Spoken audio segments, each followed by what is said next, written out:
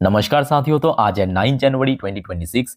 देखिए, बाजार की सेंटिमेंट आज बहुत ही खराब था और सिर्फ आज बोलना भी आई थिंक कि गलत होगा। ये पूरा हफ्ता बहुत ही बेकार था और निफ्टी 50 आज स्पेशली क्लोजिंग दिया है लगभग 2 महीने पहले की लेवल पे 25,683 पॉइंट पे, लगभग 0.75% गिरावट के साथ।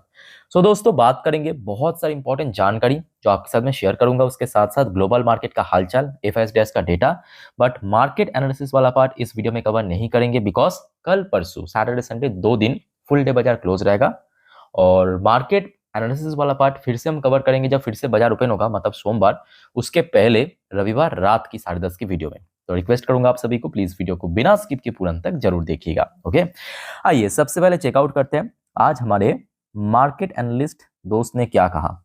देखिए, मनी कंट्रोल की तरफ से कवर किया है इस टॉपिक को, बाजार के बारे में अपना एक विचार रखा, टेक्निकल व्यू। देखिए, bears pull Nifty to 2 month low, जो आपको मैं अभी अभी समझाया था कि जो 2 महीने पुराने लेवल वहां पे पहुंच चुका है। More downside if 20 WMA। What is WMA? 20 हफ्तों की, यानी 20 weeks moving average, full name इसकी, ठीक है। तो 20 हफ्तों की जो मूविंग एवरेज वो आज ब्रेक करके काफी नीचे आ चुका है और कहीं ना कहीं एनालिस्ट के हिसाब से बाजार और ज्यादा बेरिश हो सकता है। अगर यहाँ पे होल्ड कर गया, चलो ठीक है, ऊपर की तरफ रिकवर कर जाएगा। अगर होल्ड नहीं कर पाया और 2-4 लेवल ब्रेक कर लिया तो और ज्यादा बेरिश हो सकता है। Bank Nifty below short term average as VIX rise, VIX मतलब वॉलेटाइल इंडेक्स। अच्छा, नीचे की तरफ देखिए कुछ रेंज भी मेंशन किया, as a support point mention किया 25,500 को,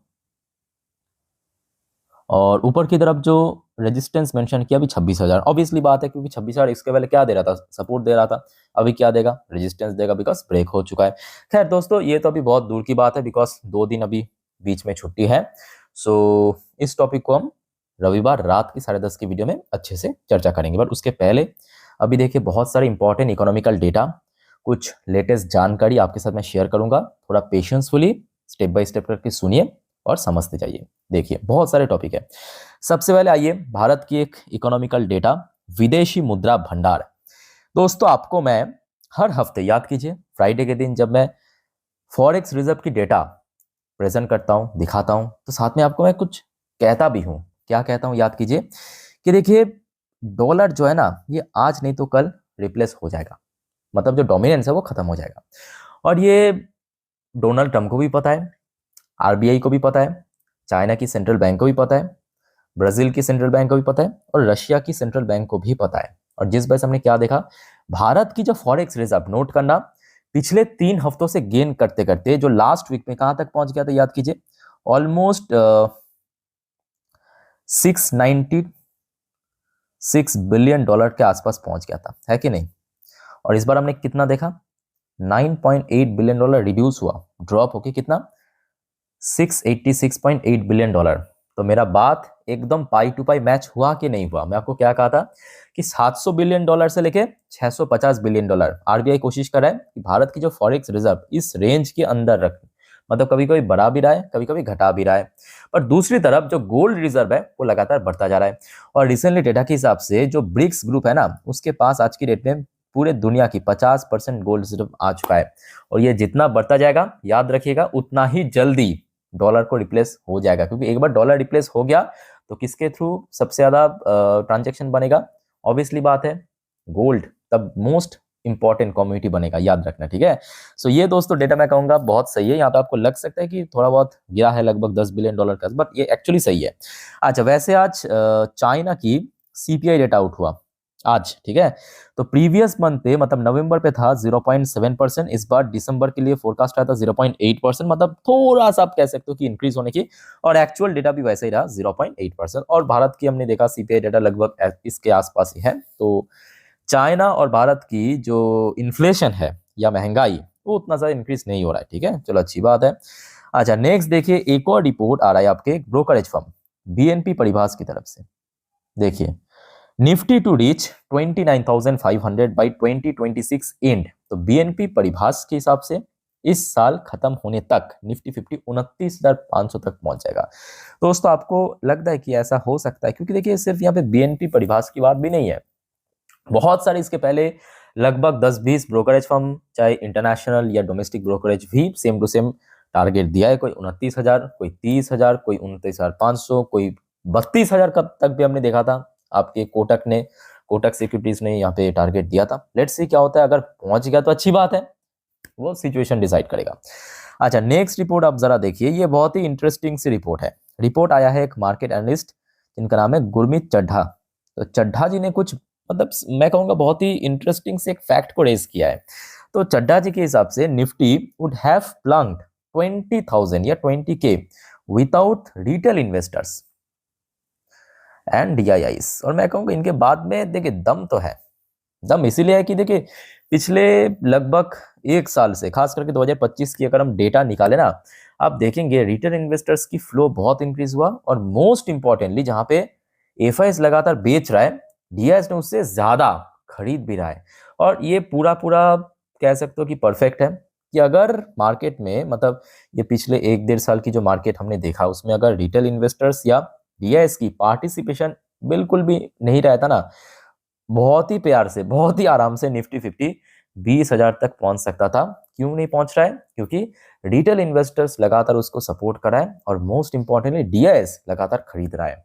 जो आपको मैं बार बार कहता हूं कि DIIs की खरीदने से क्या होगा, बाजार सपोर्ट मिलेगा, बाजार को सपोर्ट मिलेगा, बाजार एकदम से धस नहीं जाएगा, मतलब एकदम से क्रैश नहीं होगा, बट कभी कभी कमजोरी होगा। और FIs की खरीदने से क्या होता है, बाजार स्टेबिलिटी बढ़ेगा और स्टेबल तरीके से रिकवर भी करेगा। क्लियर हो चुका ना? चलो आगे बढ़ते हैं। अच्छा, ये रिपोर्ट आ रहा है आपके यूनाइटेड नेशन यानी UN की तरफ से, एक फोरकास्ट किया गया है, India to grow 6.6% in 2026 on strong consumption and public investment. अच्छा, तो UN ने एक्चुअली अपना जो प्रीवियस फोरकास्ट उसको अपग्रेड किया है। पहले एस्टिमेट किया था 6.4% की, इस बार न्यू जो एस्टिमेट किया है 6.6% के। उसके साथ साथ 2027 मतलब अगले साल के लिए जो टारगेट रखा है 6.7% की। ठीक है, भारत में GDP ग्रोथ रेट, अब इससे ज्यादा भी हो सकता है, कम भी हो सकता है, ये बस एक जस्ट अ फोरकास्ट। अच्छा, नेक्स्ट देखिए, UN की एक इकोनॉमिस्ट की तरफ से एक और statement, India to remain a fast growing economy, low external debt, consumption to fuel growth. चलो अच्छी बात है। अब बहुत सारे फैक्टर यहाँ पे काम करेगी, इस पर बजट में भी पता चल जाएगा। ठीक है, और GST रिफॉर्म मैं कहूँगा उनमें से एक है, जिसके कारण कहीं ना कहीं कंजप्शन बढ़ सकता है, और बजट के बाद बहुत सारी चीज क्लियर हो जाएगा, मतलब क्लैरिटी मिल जाएगा। खैर, नेक्स्ट देखिए जो रिपोर्ट निकल कर है कि बजट सेशन के ऊपर भी हम बजट कह रहे थे, तो अभी सरकार की तरफ से दोस्तों ऑफिशियल अपडेट मिल चुका है। Budget session 2026 to run 28 Jan to 2 April. जो पार्लियामेंट पे बजट सेशन शुरू होगा 28 जनवरी से लेके 2 अप्रैल तक, यूनियन बजट ऑन 1 फरवरी। तो ये तो हर साल की है, बट फिर भी ऑफिशियल कंफर्मेशन आ चुका है कि 1 फरवरी के दिन यूनियन बजट पेश किया जाएगा, और इकोनॉमिक सर्वे होगा 29 जनवरी, मतलब इसी महीने पे। ठीक है, तो ये आज की डेट में एकदम ऑफिशियल अपडेट आप देख सकते हो, और जो वित्त मंत्री सीतारामन जी इनके तरफ से कह दिया है। ठीक है, चलो आगे बढ़ते हैं। नेक्स्ट टॉपिक आ रहा है आपके AI बबल के ऊपर भी एक बहुत ही इंटरेस्टिंग सा रिपोर्ट आउट हुआ है आपके विक्टर सिवेच की तरफ से। AI इज अ बबल, इनके हिसाब से AI एक बबल तो है, but it won't burst any time soon.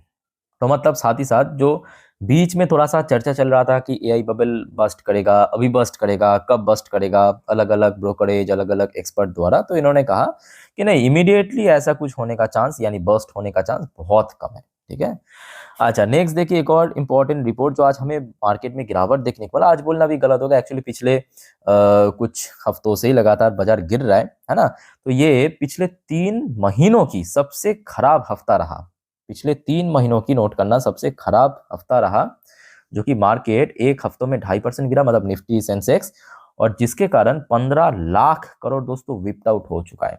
It's a huge amount, 15 lakh crore. Just imagine कीजिए कितना बड़ा अमाउंट हो सकता है, मतलब लगभग आप कह सकते हो कि HDFC बैंक या TCS की जो आज मार्केट वैल्यूएशन है, लगभग वो खत्म हो चुका है, मार्केट से गायब हो चुका है। ठीक है, अच्छा नेक्स्ट रिपोर्ट निकल के आ रहा है सॉफ्ट बैंक की तरफ से। देखिए, SoftBank cut Ola electric stake to 13.5% amid continued investor sell off. Ola के अंदर तो लगातार गिरावट ही हो रहा है, और सॉफ्ट बैंक ने यहाँ पे लगभग 13.5% कट करके निकल गया, बेच के निकल गया। ठीक है, अच्छा सेबी की तरफ से दोस्तों कुछ रूल्स एंड रेगुलेशन में बदलाव हो सकता है। अब क्या बदलाव होगा वो फिलहाल सेबी ने डिसाइड नहीं किया, मतलब डिस्क्लोज नहीं किया, बट इतना कह दिया कि कुछ ना कुछ तो सिंप्लीफाई किया जाएगा। SEBI proposes to simplify trading related framework at stock exchange. मैं आपको थोड़ा पढ़ के सुना देता हूँ नीचे आर्टिकल में क्या कहा। ये आज रात की खबर है, एकदम रात की। ये देखिए 9:30 की अपडेट है। ये देखिए 9:32 की अपडेट है। ठीक है, यहाँ पे कहा गया कि market regulator SEBI on Friday proposed an overhaul of the trading related framework at stock exchange aimed at simplifying rules, removing duplication and reducing the compliance burden for market participant। ठीक है, तो कहीं ना कहीं अच्छा ही होगा मार्केट के लिए, देखते हैं क्या होता है। तो इससे रिलेटेड दोस्तों कभी भी अपडेट आ सकता है, आते ही मैं आपको इन्फॉर्म जरूर कर दूंगा। अच्छा, वैसे आज एक और इंपॉर्टेंट इकोनॉमिकल डेटा आउट हुआ यूएस की जॉब डेटा, साथ में अनएम्प्लॉयमेंट रेट। देखिए इस बार जॉब क्रिएशन भले ही दिसंबर में थोड़ा कम रहा, सिर्फ 50,000, बट अनएम्प्लॉयमेंट रेट एक्चुअली काफी कम हुआ है। मैं आपको थोड़ा डेटा दिखा देता हूँ, जस्ट अ मिनट। देखिए प्रीवियस मंथ पे हमने देखा था कि जॉब थोड़ा मतलब जॉब क्रिएशन थोड़ा ज्यादा हुआ था, और इस बार जो कह सकते हो कि जो ये देखिए 56,000 की फोरकास्ट था, वैसा हुआ नहीं है, 50,000 ही जॉब क्रिएशन हो पाया। पर दूसरी तरफ अगर आप देखेंगे इस बार जो अनएम्प्लॉयमेंट रेट वो थोड़ा सा गिरा है।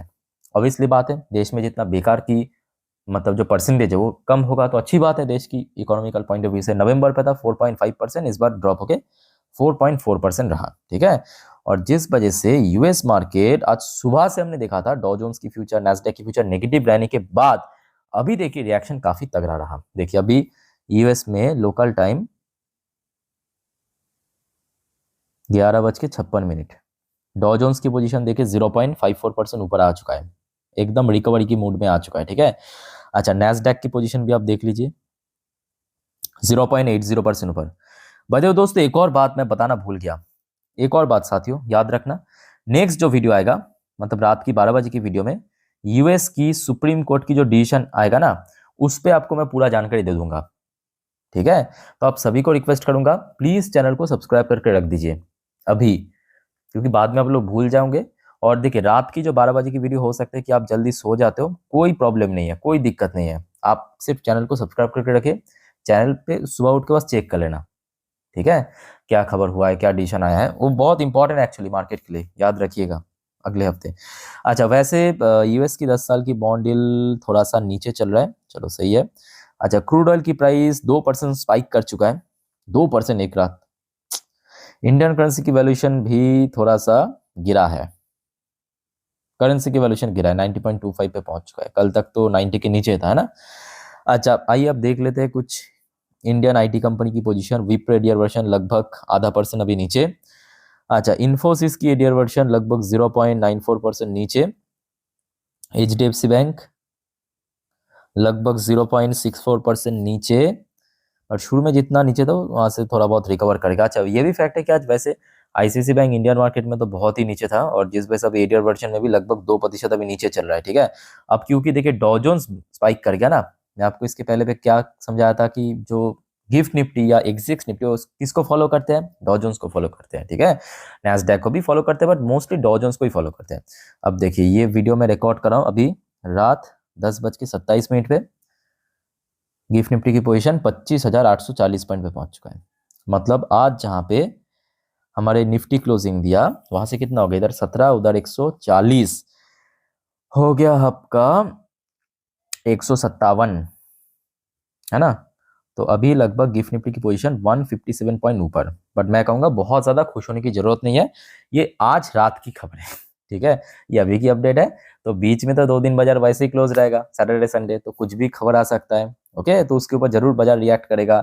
तो सोमवार के पहले दोस्तों जो रविवार है उस पे आपको कुछ हद तक पता चलेगा कि किस तरह मूव करेगा, बट अभी मैं कहूंगा माहौल सही है। ठीक है, अच्छा फिलहाल देखिए एफएस द्वारा आज काफी बिक वाली हुआ, और ये तो मैं कहूंगा कोई बहुत ज्यादा चौंकने वाली बात नहीं है, जो कि आम बात है, हर रोज ही हो रहा है।